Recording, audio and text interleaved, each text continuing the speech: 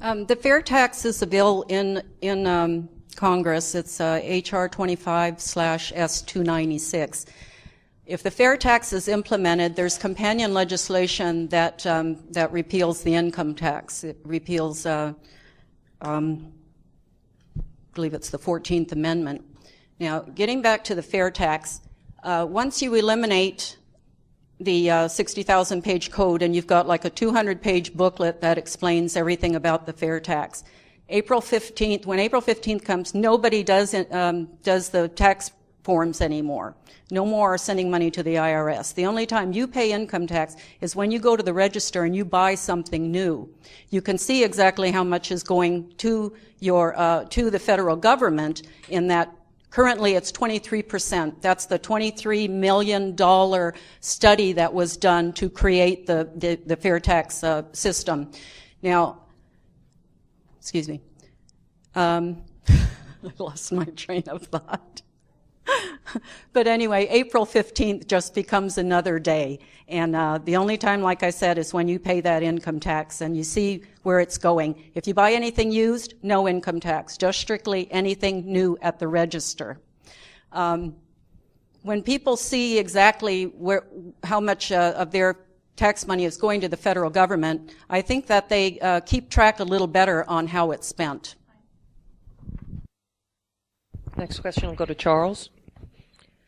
The United States is currently involved in 2 major wars, conducts regular bombings in Pakistan, and seems to be gearing up for war with Iran. We have over 700 military bases in over 130 foreign countries. The progressive President Woodrow Wilson said that we need to make the world safe for democracy. Do you think that it is the responsibility of the United States to be the policeman of the world? Having served in the Army for 25 years, as I mentioned a few minutes ago, and having served in 13 foreign countries, I am absolutely opposed to the United States being the world's policeman. Now, we can have a positive impact around the world, but being the policeman is not the job of the United States. Having said that, we're in Afghanistan and Iraq right now, and what we're doing there is completely unconstitutional because Congress did not declare war there.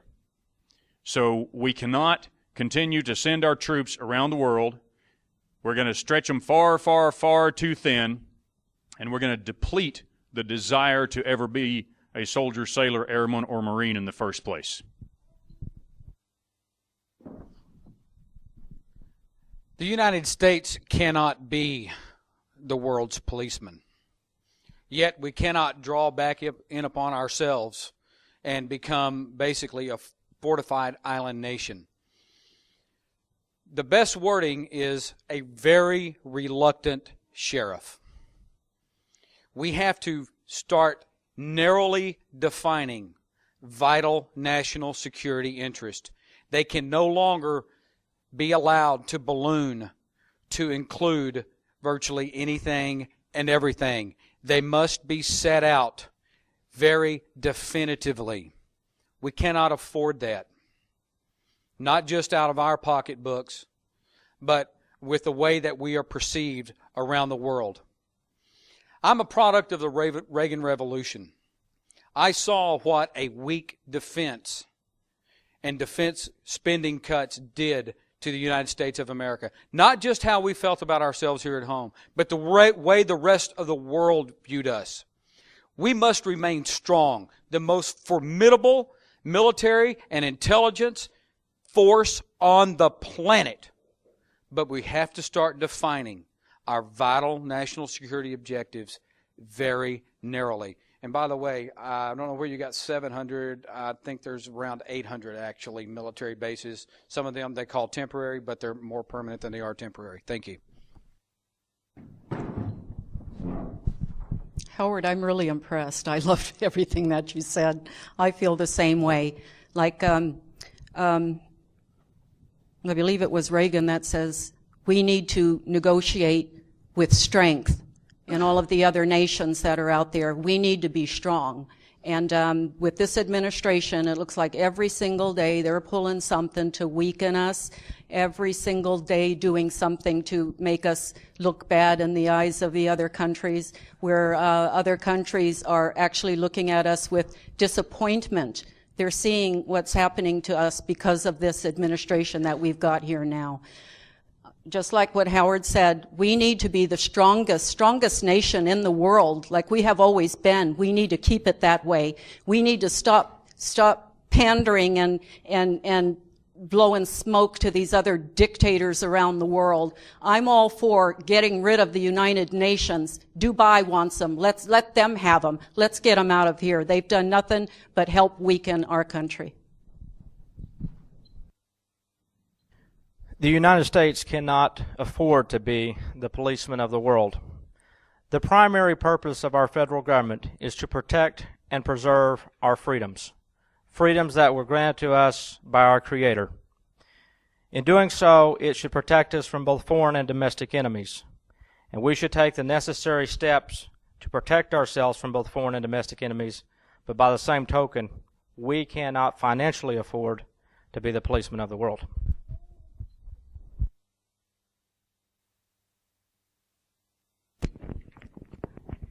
And the next question goes to Howard first. The United States has never had a coherent energy policy. Since the Department of Energy was created during the oil crisis in the 1970s, our dependence on foreign oil has increased from 50 to 70%. There has also been only one nuclear power plant built in America in the last 33 years. What do you think is the best way for America to achieve energy independence? The general, everyone says drill, drill, drill, drill, and we do need to do that, no doubt. We have enough oil on our own soils and off our coast. Some of it's flowing freely right now, and I'll talk to all of y'all later about that if you want. I have a background in oil exploration, by the way.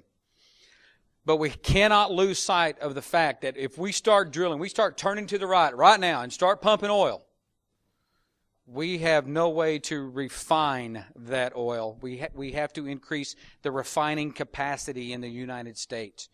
We need to start going a little bit towards natural gas, without a doubt. Nuclear power, and I said nuclear, not nuclear, but anyway, nuclear power.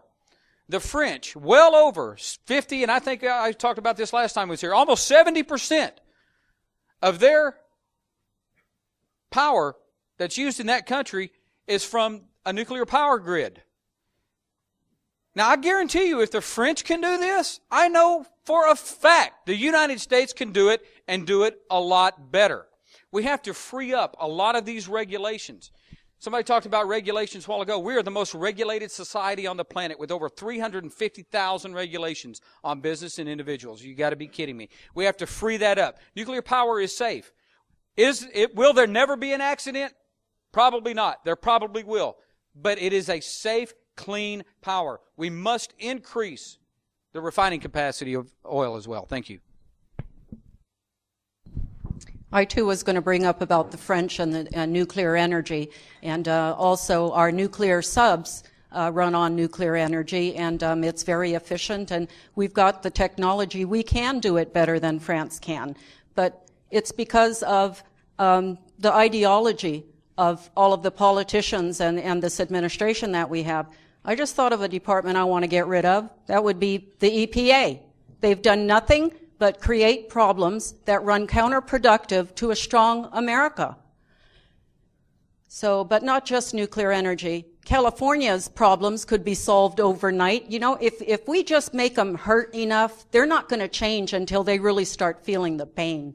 Once they start feeling the pain, you know, maybe they'll understand that it's necessary for them to drill for oil off their coast within 25 miles, not 50 and 100 and 175 miles out there. That's why the oil spill in the Gulf is such a tragedy, because it's so far out there that it's difficult to get to. What if that were done within 25 to 50 miles in that section? The oil is there. It's just that the EPA wouldn't allow us to drill there.